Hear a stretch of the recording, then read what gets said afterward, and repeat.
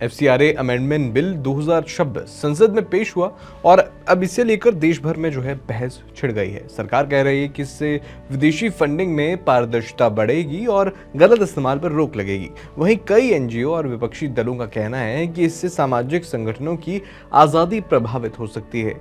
आखिर ये एफसीआरए है क्या? सरकार क्या बदलना चाहती है? विरोध क्यों हो रहा है? और सबसे बड़ा सवाल, इसका आम लोगों पर क्या असर होगा? आइए इस वीडियो में सब समझने की कोशिश करते हैं। नमस्कार, आप देख रहे हैं TV9 का खास शो पैसा, पॉलिसी और पब्लिक। मैं हूं अरुण सुंदराल।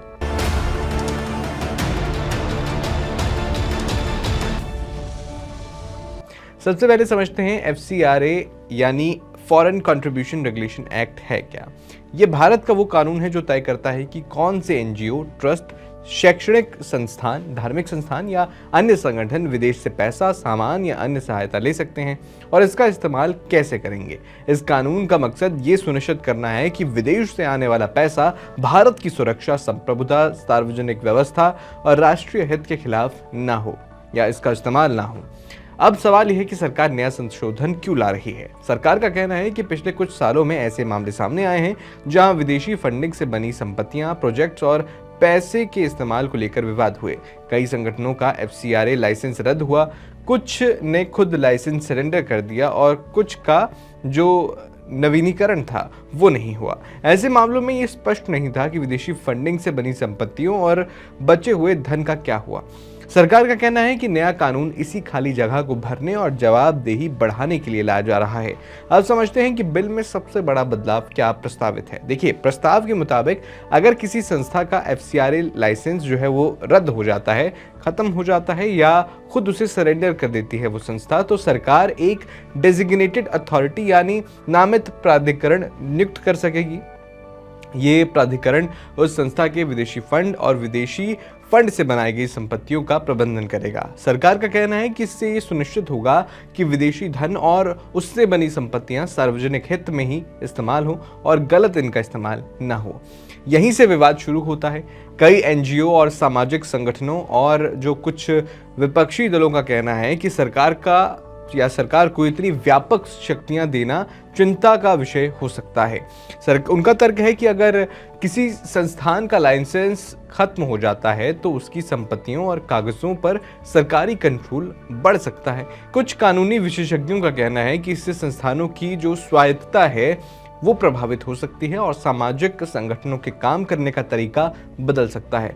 दूसरी तरफ सरकार का कहना है कि यह कदम किसी संस्था को नियंत्रण या कंट्रोल में करने के लिए नहीं, बल्कि विदेशी धन के पारदर्शी कानूनी इस्तेमाल को सुनिश्चित करने के लिए है। अब सवाल है कि इसका किन लोगों पर असर पड़ेगा। देखिए, सबसे सीधा असर उन एनजीओ, ट्रस्ट, चैरिटेबल संस्थाओं, धार्मिक संगठनों, शैक्षणिक संस्थानों और रिसर्च संस्थाओं पर पड़ेगा जो विदेश से आर्थिक सहायता हासिल करते हैं। जिन संस्थाओं को विदेशी फंडिंग नहीं मिलती, उनके रोजमर्रा के कामकाज पर इस बिल का सीधा असर नहीं होगा। लेकिन आम लोगों का इससे क्या लेना देना? असल में कई एनजीओ शिक्षा, स्वास्थ्य, महिला सशक्तिकरण, दिव्यांग सहायता, आदिवासी विकास, आपदा राहत, स्कॉलरशिप, ग्रामीण विकास और गरीब परिवारों की मदद जैसे क्षेत्रों में काम करते हैं। अगर किसी संस्था की फंडिंग या कामकाज प्रभावित होता है तो उसकी सेवाओं का लाभ लेने वाले लोगों पर भी असर पड़ सकता है। वहीं अगर सरकार का दावा सही साबित होता है और पारदर्शिता बढ़ती है तो विदेशी फंड के दुरुपयोग पर रोक लग सकती है और धन का इस्तेमाल ज्यादा जवाबदेही के साथ हो सकता है। यानी आम लोगों पर असर इस बात पर निर्भर करेगा कि भविष्य में ये कानून व्यवहार में कैसे लागू होता है। एक और बात समझना बहुत जरूरी है। सोशल मीडिया पर कई तरह के दावे किए जा रहे हैं कि अब सभी एनजीओ बंद हो जाएंगे, विदेशी फंड पूरी तरह से बंद हो जाएगा, लेकिन फिलहाल ऐसा नहीं है। ये बिल विदेशी फंडिंग पर पूरी तरह से प्रतिबंध लगाने का प्रस्ताव नहीं देता। एफसीआरए के तहत जो पात्र संस्थाएं हैं पहले की तरह विदेशी जो योगदान है वो हासिल करती हैं या करती रहेंगी, लेकिन उन्हें कानून और नियमों का पालन करना होगा। ये संशोधन मुख्य रूप से उन परिस्थितियों से जुड़ा है जब किसी संस्था का एफसीआरए पंजीकरण खत्म हो जाता है, रद्द हो जाता है या सरेंडर हो जाता है। इस मुद्दे पर अंतर्राष्ट्रीय स्तर पर भी चर्चा हुई है। कई विदेशी सांसदों और मानवाधिकार संगठनों ने इन प्रस्तावित बदलावों पर चिंता जताई है और कहा है कि इससे नागरिक समाज के कामकाज पर असर पड़ सकता है। वहीं भारत सरकार का कहना है कि एफसीआरए पूरी तरह से भारत का आंतरिक कानून है और इसका मकसद सिर्फ राष्ट्रीय सुरक्षा, पारदर्शिता और जवाबदेही सुनिश्चित करना है। तो अगर इस पूरे मसले का निष्कर्ष निकाला जाए तो क्या है, देखिए, एफसीआरए अमेंडमेंट बिल 2026 का मकसद सरकार के मुताबिक विदेशी फंडिंग और उससे बनी संपत्तियों पर निगरानी, पारदर्शिता और जवाबदेही बढ़ाना है। वहीं इसके जो आलोचक हैं उनका कहना है कि इससे एनजीओ की स्वायत्तता और कामकाज प्रभावित हो सकता है। फिलहाल ये एक प्रस्तावित कानून है और इस पर संसद में चर्चा जारी है।